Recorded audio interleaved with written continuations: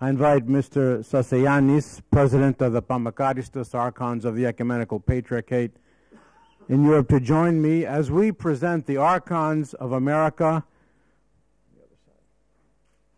and the Archons of Europe joined together in the spirit, in the theme of this conference. And this theme is building bridges, opening doors, tearing down walls, and recognizing the great mosaic that was Byzantium, Constantinople, and now Istanbul. This is why we're here, to build bridges of friendship and communication. So allow me, with my co-president, to present an award from the Archons.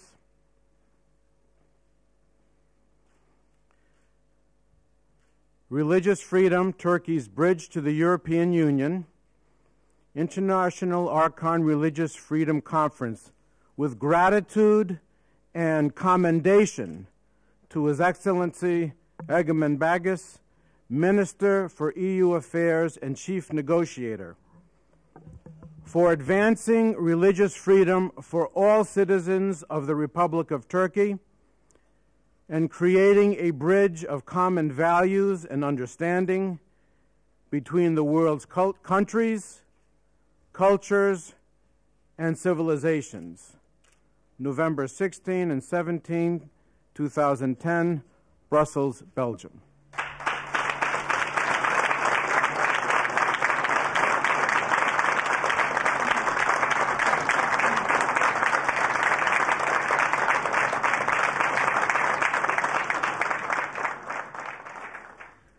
Distinguished guests, Your Eminences, dear friends, and I see many constituents here from my own election district, from Istanbul.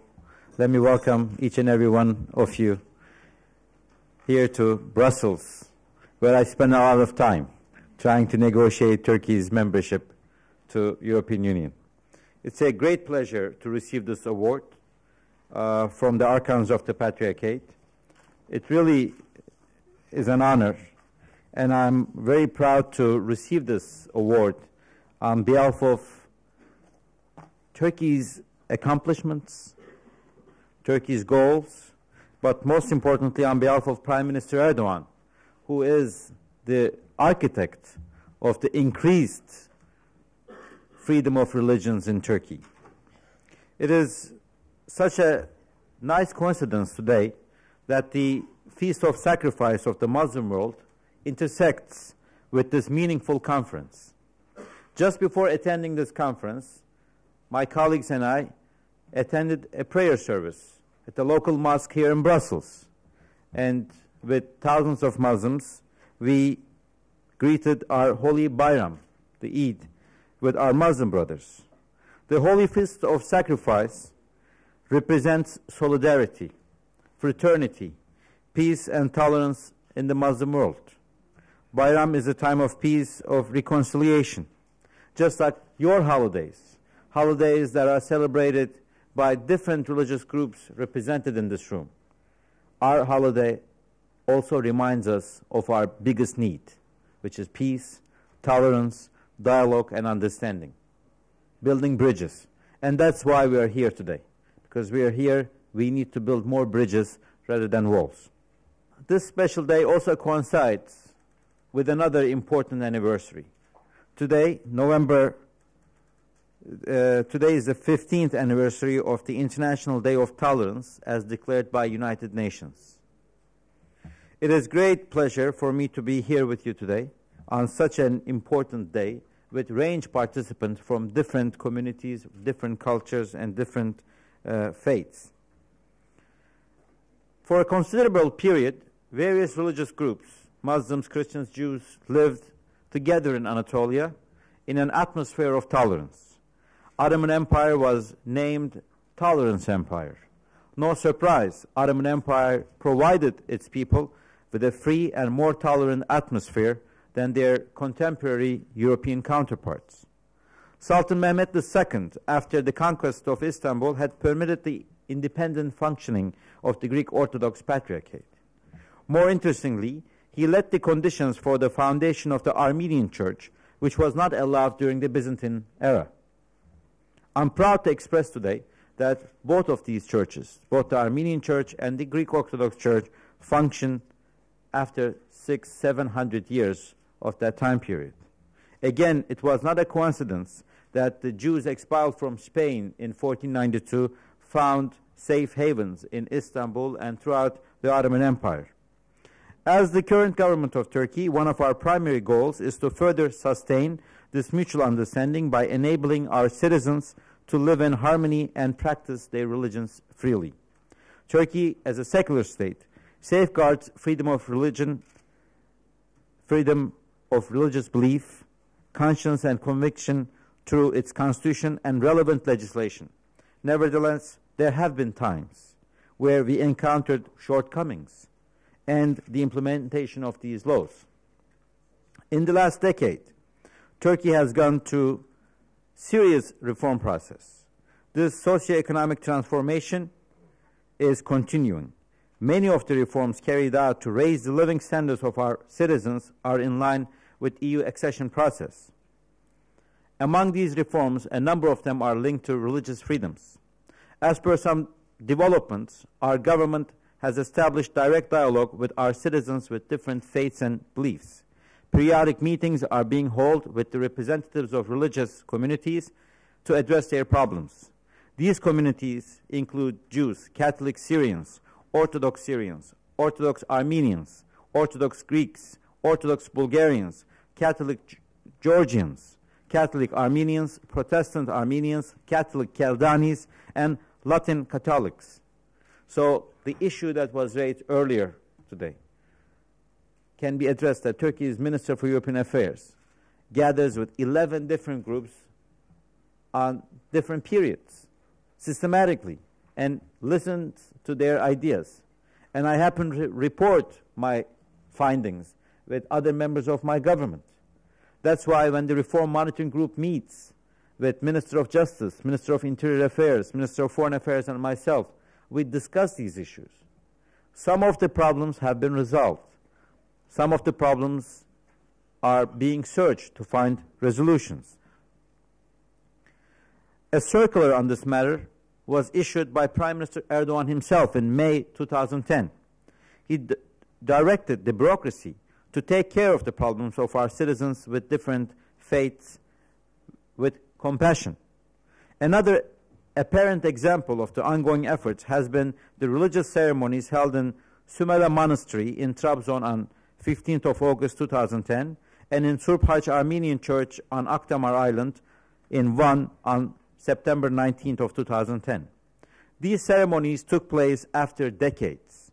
In Sümele, the religious ceremony was officiated by Patriarch Bartholomeus, whom I'm proud to represent because he happens to be my constituent, and who stated that he was very pleased to be a part of this historic event, which symbolizes peace and tranquility to humanity.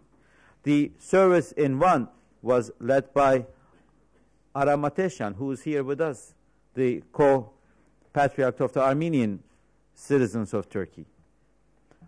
What was more interesting, and as far as I'm concerned, much more important than having those services, was the fact that both people of Trabzon and people of Van welcomed thousands of people coming from all around the world to be a part of those services.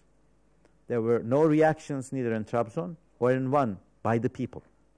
The Grand Mufti of Trabzon held a special iftar dinner in honor of Patriarch Bartholomew. The Governor and Mufti of Van greeted Patriarch Ateşyan, and the local people of the Black Sea region in Trabzon and the southeast part of Turkey, where predominantly Kurdish citizens live, celebrated the welcome and welcomed their international guests. That by itself shows that Turkey is going through a very important transformation, a very important change. Turkish government has the political will to address the demands raised by our citizens of Greek Orthodox minority as well as the Patriarchate. Within this constructive spirit, relevant institutions are now working on finding a legal and a political mean of reopening the Halki Seminary. We're working on it.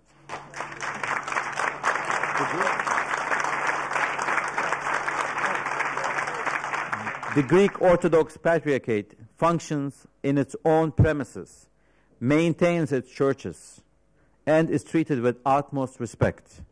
The Patriarchate freely carries out its religious activities.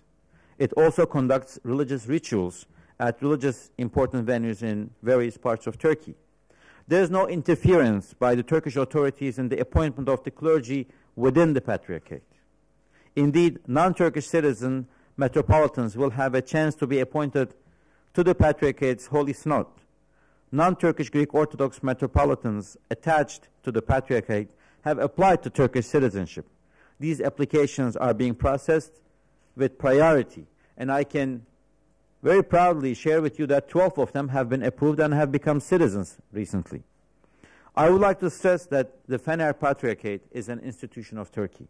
We are very proud to have this Patriarchate in our country, and it's a richness for Turkey.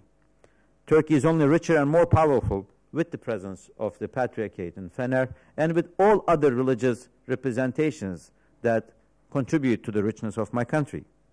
It's also worth mentioning that currently there are more than 100 foreign clergymen registered in Turkey to serve in places of worship with relevant working permits. Today there exist 300 places of worship belonging to our citizens of different faiths, including 85 churches, synagogues, and monasteries in Turkey. These places of worship are administered by their own associations or foundations. The Foundations Council, the highest decision-making organ of the General Directorate for Foundations, is restructured to include 15 elected members representing various groups of foundations. One of these members represents the non-Muslim community foundations, and the elected representative, my good friend Lucky Vingas, is among us today. Congratulations on your service to your country, Lucky. Moreover, the Alevi opening that was launched with new mechanisms to resolve our Alevi citizens' problems was another huge step taken. The textbooks are revised to include knowledge on Alevites for the first time since the founder of the Republic, since Atatürk. A president of the Republic, President Gül, visited a place of worship of our Alevite citizens. For the first time in history of Turkey, Prime Minister Erdogan held annual dinners during the holy month of Muharrem of the Alevite citizens. For the first time in Turkey's history, Turkish government's radio and television broadcasting system included programs to teach our citizens about the culture of Alevite Muslims. These are important developments. It's no secret that not only minorities, but also the majority Muslims are having problems and need a better environment to enjoy their identities. But we are leaving issues behind us that have been painful for decades. I believe that not only the government, but also groups with different faiths and different groups with different faiths have responsibilities towards each other. I strongly believe that if only Armenians raise the issues of Armenians in Turkey, and only Jews raise the issues of Jews in Turkey, if only Sunnis raise the issues of Sunnis in Turkey, if only Alevites raise the problems of Alevis in Turkey, we will not reach anywhere. That's why we need these bridges. That's why we need these meetings. We need to understand each other's shortcomings. We need to understand each other's problems, and we need to speak out for each other. If the Armenians are speaking out for the Jews, if the Jews are speaking out for the Alevis, if the Alevis are speaking out for the people of Roma origin, if people from the Assyrian church are speaking for the problems of the Sunnis, then we have an understanding. Then we have a bridge, and with those bridges we can solve things.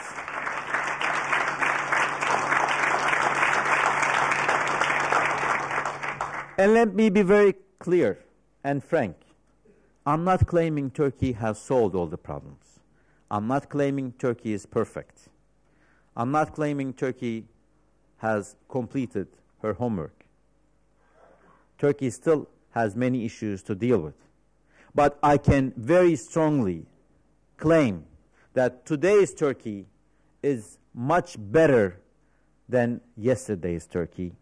When we compare our problems with the problems of the past, we are living in a better, more democratic, more prosperous, and more transparent country. I can also assure you, tomorrow's Turkey will be even better than today's. And that is the hope, that's the motivation that keeps us going. Dear friends, the divine message of all divine and non-divine religions is love. Love of all, love of humanity, love thy neighbor. This is why all religions, despite paving different paths, reach at the same destination. We're all one. The 84th surah of Ali Imran of the Holy Book of Muslims clearly instruct people of Islamic belief that we have believed in Allah and what was revealed to us and what was revealed to Abraham, Ishmael, Isaac, Jacob, and the descendants, and in what was given to Moses and Jesus and to the prophets from their Lord. We make no distinction between any one of them, and we are Muslims submitting to him. As you can see, Islam does not make any discrimination between people of different faiths. Some might misinterpret Islam, but Islam itself says, your religion is yours, my religion is mine, and we have to respect each other's values, religions, and cultures. That is, nothing can be compulsory in religion. No one has the right to intervene and challenge each other's faiths and beliefs. That's why my Prime Minister, someone I'm very proud to work with, frequently repeats that those who have confidence in their own religion would not have a problem with the concept of religious freedom. In fact, the word Islam means peace. Good followers of Islam have to ensure peace and understanding and have to help these bridges be stronger. Unfortunately, today, there is a totally different image, portrait of Islam that's being pushed to different circles around the world. Today, there are more than 25 million Muslims living as EU citizens on this continent, and majority of them are legal citizens of EU. It's projected that by year 2025, 10% of European Union citizens will be of Islamic religion. We are anxiously following the steadily increasing hostility against those Muslims in Europe. We observe the rise of Islamophobia. It's quite ironic that Islamophobia is rising in those countries that are at the very heart of European Union, which is founded by a motto, and the motto is unity in diversity. The founding philosophy of European Union was to get rid of those hostilities that resulted in the bloodiest wars of human history. I would like to believe that Europe has taken lessons from the sad chapters of its history. Ladies and gentlemen, yesterday I was visiting an EU member state's capital. I had to take a late flight to come to Brussels because the government of that EU member state had not given permission for the building of a mosque, and I could not attend the Eid Bayram prayer if I had stayed there. So we all have a lot to do. Recently, a progress report was issued on Turkey by the European Commission. When you compare this year's progress report with the progress report of Turkey in the last 12 years, this was the 13th report, you can see the change, the transformation that Turkey is going through.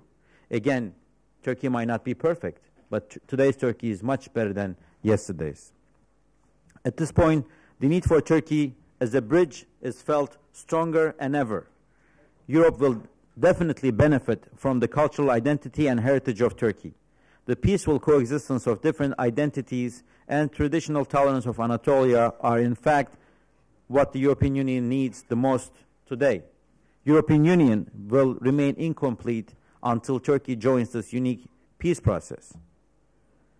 Turkey's visionary foreign policy is another bridge that makes Turkey even more valuable to European Union. Our policy with the principle of zero problems with our neighbors yielded positive returns not only for Turkey but also for the region. In fact, EU is not a strong actor in the region, and Turkey will help EU become a much stronger actor, because Turkey's deep historical and cultural ties with the Middle East, the Balkans, the Caucasus will definitely contribute to EU becoming a global player. Atatürk's very famous quote, "Peace at home, peace in the world," is our motto. We have a role to play, which is to contribute to the world peace. For all these reasons, Turkey will not only be a bridge, but also a real source of inspiration for Europe. Distinguished friends, Turkey is becoming closer to European Union standards, to what European Union stands for. At this point, there is one question that should be answered honestly by our European friends. What kind of Europe do they want to live in? The answer to this question will also indicate a precise attitude towards Turkey's possible EU membership. If Europe wants to restore a social order where unity in diversity happens for real, it has to incorporate Turkey. I believe that our European friends have the will and power to make it happen. I'm inviting everyone in this hall on the success of diplomacy, negotiation, and reconciliation towards peace. Let us not miss the imminent opportunities. Let us pray and work for peace and prosperity. May the divine peace be upon us all. Thank you for honoring me. Thank you for honoring my country. And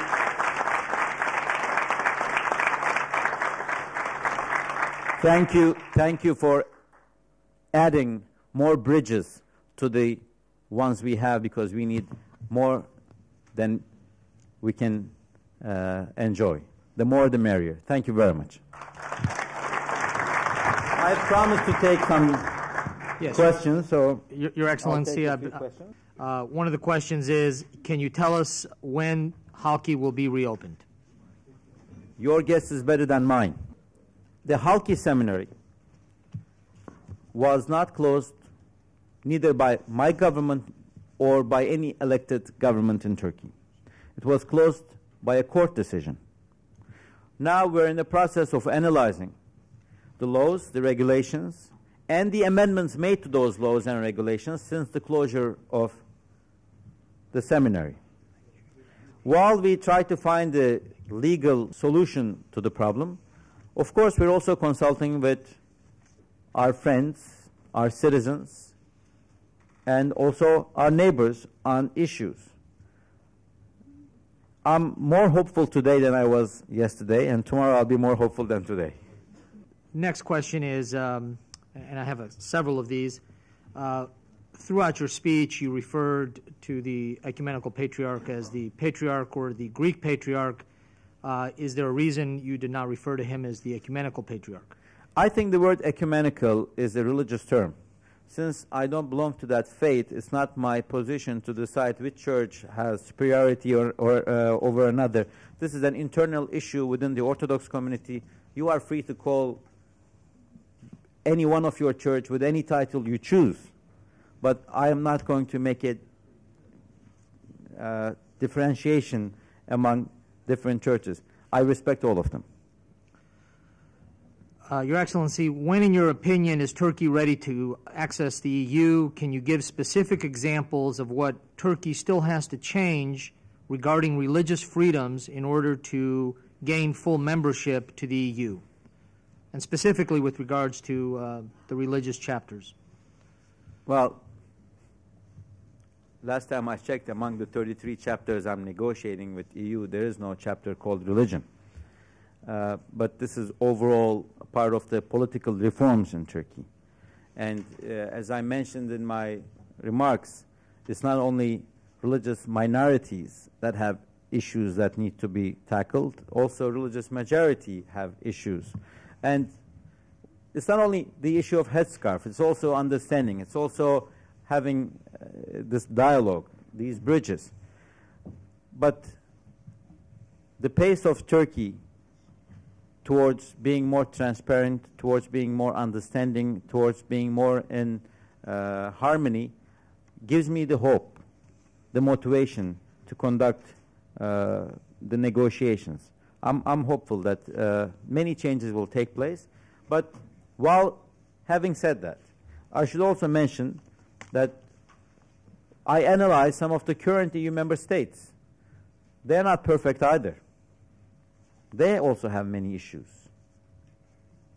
So this is a process where we need to learn from each other.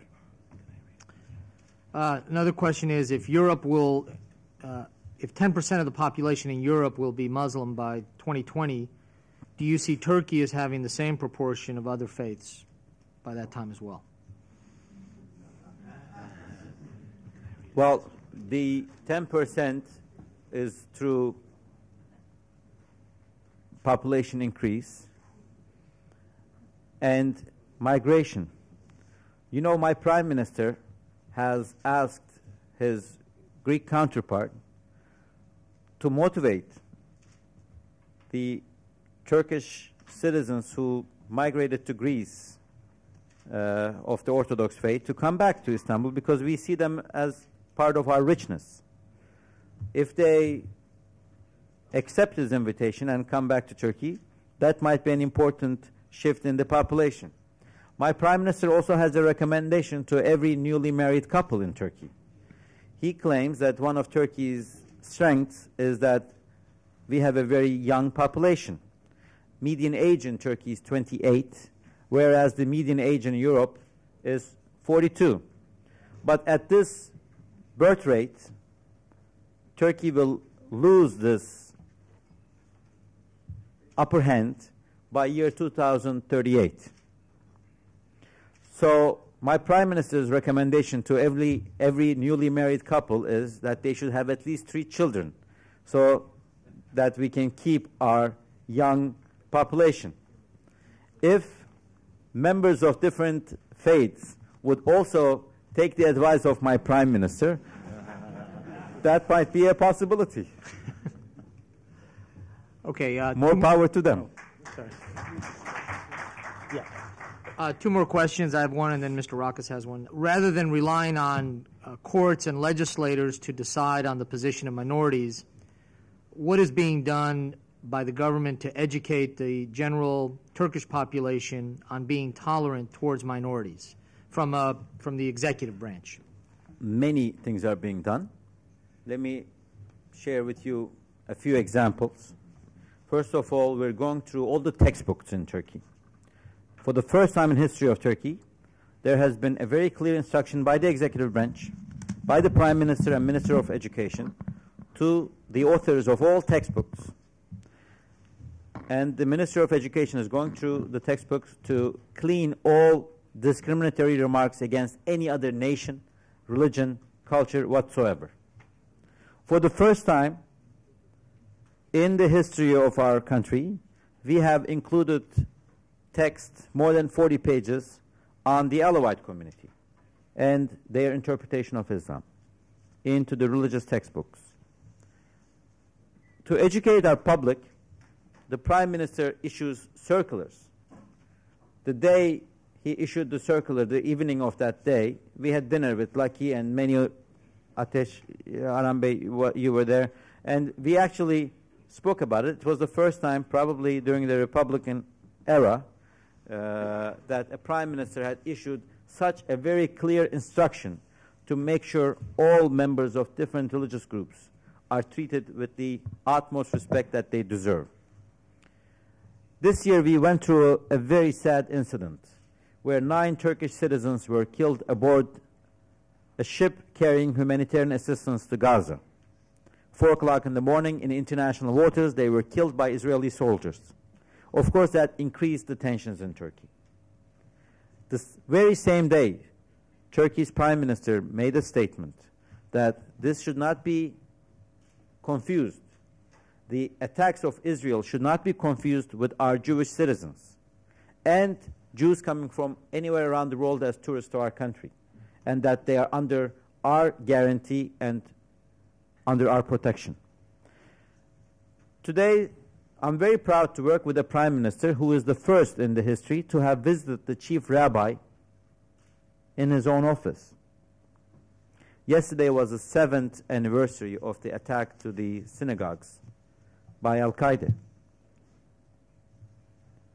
And after those attacks, Prime Minister visited the Chief Rabbi to share his condolences, his sympathy, at the synagogue where the Chief Rabbi was present.